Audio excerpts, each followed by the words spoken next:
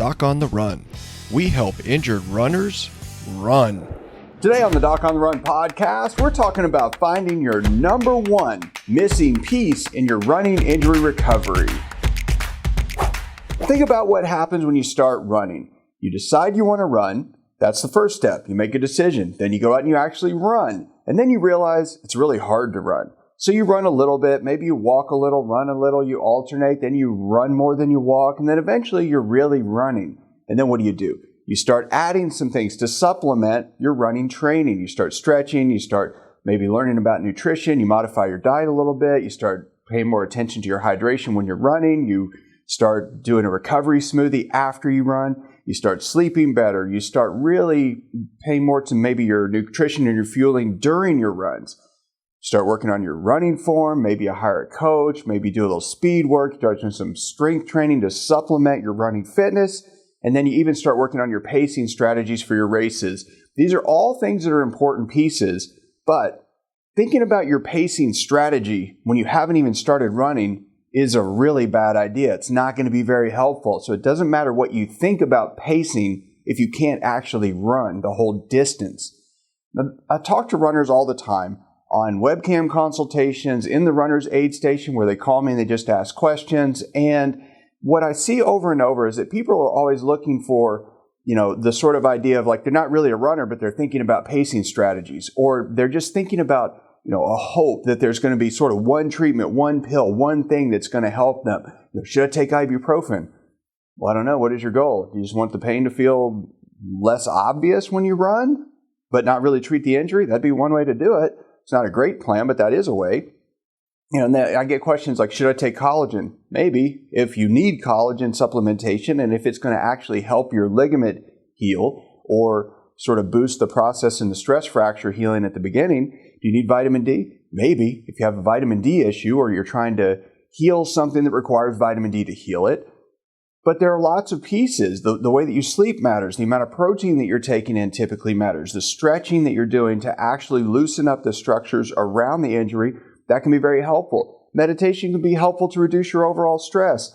Neuromuscular retraining can help you really get the muscles firing in a more coordinated way to protect you better as you're returning to running so that you're putting less stress and strain on the injured tissue. The balance that you have, the balance training that you do, that actually lets you maintain more stability so you don't wobble and load things asymmetrically really matters. And the muscle strengthening that you're doing, the things that you do to strengthen the muscles around that injured part to better support it so it's less likely to get overstressed and re-injured actually matters.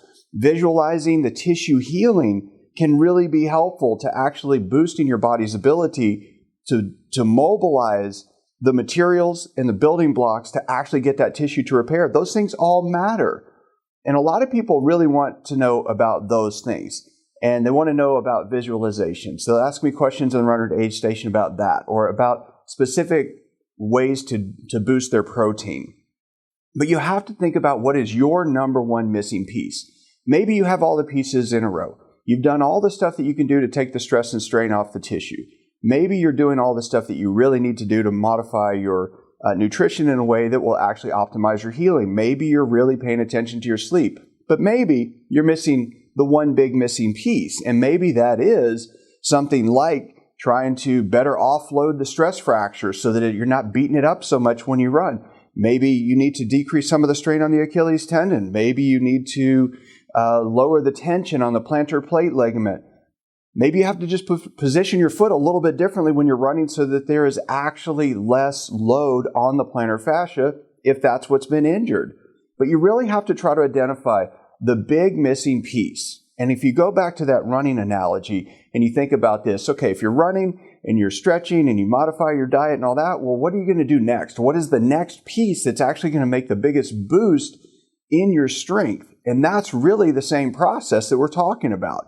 So you have to really think about the things that your doctor has told you to do, the things that you know are going to actually help you recover faster, and then figure out what is the next most important thing you can do right now to make sure that it's starting to heal, you're starting to recover, and you're getting back on track as fast as possible.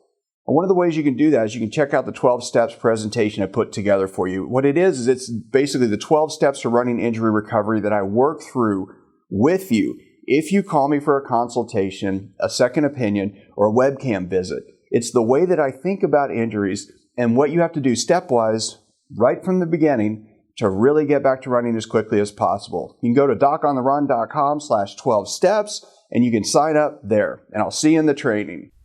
Doc on the Run. We help injured runners run.